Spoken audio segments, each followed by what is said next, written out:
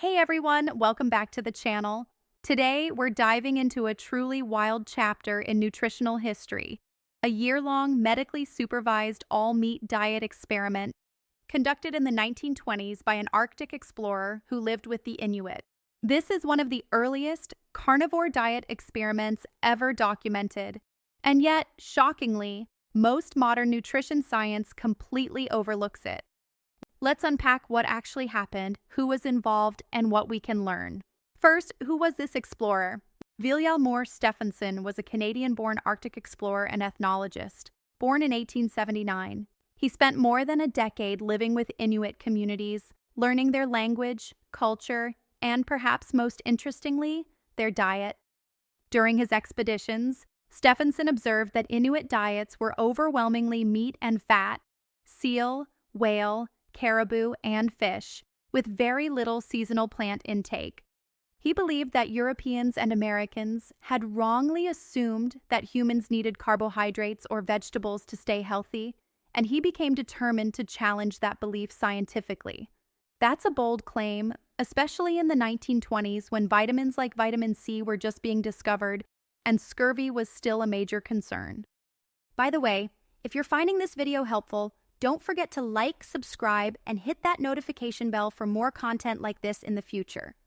To silence his critics, in 1928, Stefansson, along with fellow explorer Rudolf Anderson, entered Bellevue Hospital in New York City for a controlled dietary experiment. Under direct medical supervision, they committed to eating only meat and water for an entire year. The diet wasn't just steaks and roasts, it included a broad range of animal foods like organ meats, brain, tongue, calf liver, and fatty cuts. Their macronutrient intake worked out to roughly 75 to 85% fat and 15 to 20% protein. Think about that for a moment. Nearly every calorie came from meat and fat for a full year under clinical observation. The results were eventually published across several scientific papers. Clarence W. Lieb documented the experiment in a JAMA article titled The Effects of an Exclusive Long-Continued Meat Diet. Later, in 1930, Walter S. McClellan and Eugene F. Du Bois published a more detailed analysis called Prolonged Meat Diets with a Study of Kidney Function and Ketosis in the Journal of Biological Chemistry. Doctors reported that both men stayed mentally alert, physically active, and showed no signs of nutritional deficiency. Stefansson lost a small amount of weight early on, but his weight normalized as his calorie intake fluctuated between about 2,000 and 3,100 calories per day. Kidney function was closely monitored throughout the experiment, and physicians found no evidence of kidney damage after the year was complete. Their urine acidity did increase, which is expected on a diet high in protein and low in carbohydrates, and they remained in ketosis consistently throughout the trial. Stefansson entered the study with mild gingivitis, but by the end of the experiment, his gums had healed, suggesting he did not suffer scurvy despite consuming no fruits or vegetables. Scientists would later learn that when carbs are restricted, glucose levels stay low, and since glucose competes with vitamin C for cellular transport, more vitamin C can enter cells even when total intake is reduced.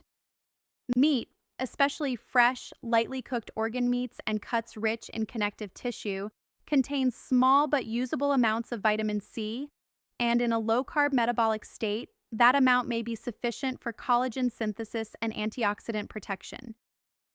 At the same time, lower oxidative stress from reduced blood sugar, absence of processed foods, and higher intake of antioxidant amino acids like glycine reduce the body's overall vitamin C demand.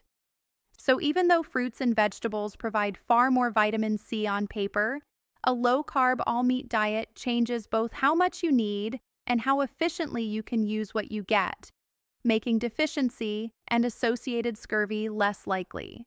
From a clinical standpoint, both men appeared to thrive on a strict meat and water diet for a full year. That doesn't mean the diet is perfect for everyone, but the results were far more successful than critics predicted at the time. And the evidence from generations of the Inuit who thrived on a meat-based diet is very compelling. So why is this study barely mentioned in mainstream nutrition today, despite being so groundbreaking?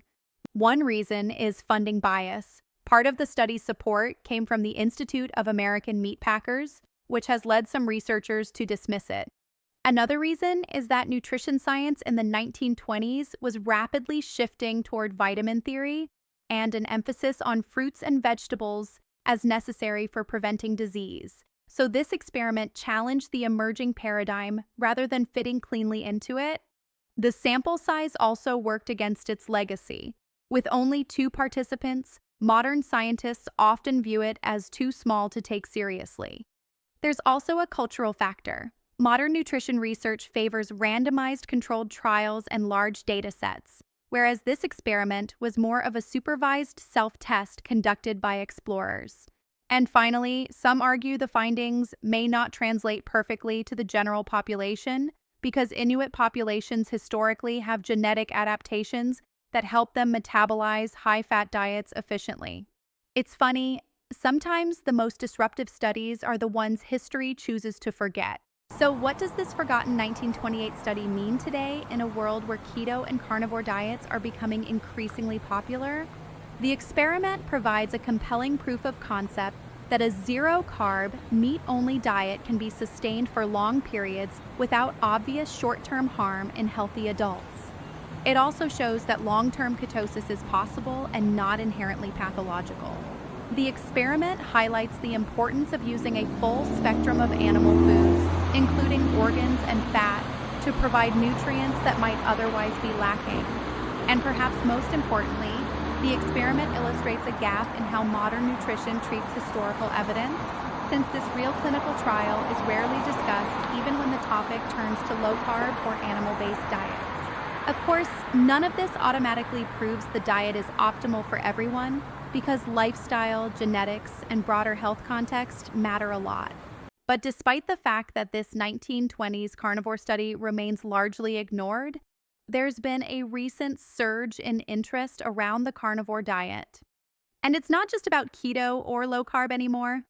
People are full on going all meat. And it's not just fitness buffs or keto veterans, but regular folks who are tired of chronic health issues. One of the biggest reasons? The idea of eliminating plant toxins and anti-nutrients from the diet. You see, plants aren't always as innocent as they look. Things like lectins, phytates, oxalates, and other anti-nutrients can hinder our body's ability to absorb minerals or even trigger inflammation in sensitive individuals. For some people, cutting out these compounds by doing an all-meat diet dramatically reduces digestive stress and/or food sensitivities. On top of that, the carnivore diet is inherently very nutrient-dense. Fatty meats, fish, eggs, organ meats, bone marrow, these aren't just calories. They deliver vitamins, minerals, and bioavailable nutrients that some say are hard to replicate on a typical plant-heavy diet. That's part of why people report better energy, mental clarity, and even fewer autoimmune-type symptoms after switching. And let's not forget, eliminating processed foods, sugars, and most common allergens is baked right into an animal-based approach. For many, that simple reset helps them shed inflammation, improve their skin, and regulate blood sugar. In short, the carnivore diet has blown up because it offers a reset, cutting plant irritants, simplifying what you eat, and leaning into deep nutrition from animal sources. Now, is it for everyone? Probably not, but for some people, the benefits are life-changing. So, to recap, in the late 1920s, Vilhjalmur Stefansson, an Arctic explorer who lived among Inuit communities, and his colleague Rudolf Anderson committed to eating only meat under strict medical supervision at Bellevue Hospital. They finished the year in strong health, in ketosis, and without the expected issues like scurvy or kidney damage. Yet today, this experiment is rarely acknowledged in mainstream nutrition. Whether or not you think a carnivore-style diet is optimal, this study shows that a meat-only diet is a viable dietary option for humans, and it remains a fascinating historical challenge to long-held dietary assumptions. If you enjoyed this dive into nutritional history, be sure to like the video, subscribe, and drop a comment below sharing your thoughts. Are you following a carnivore diet? And if so, how long have you been carnivore? Thanks for watching. See you in the next one.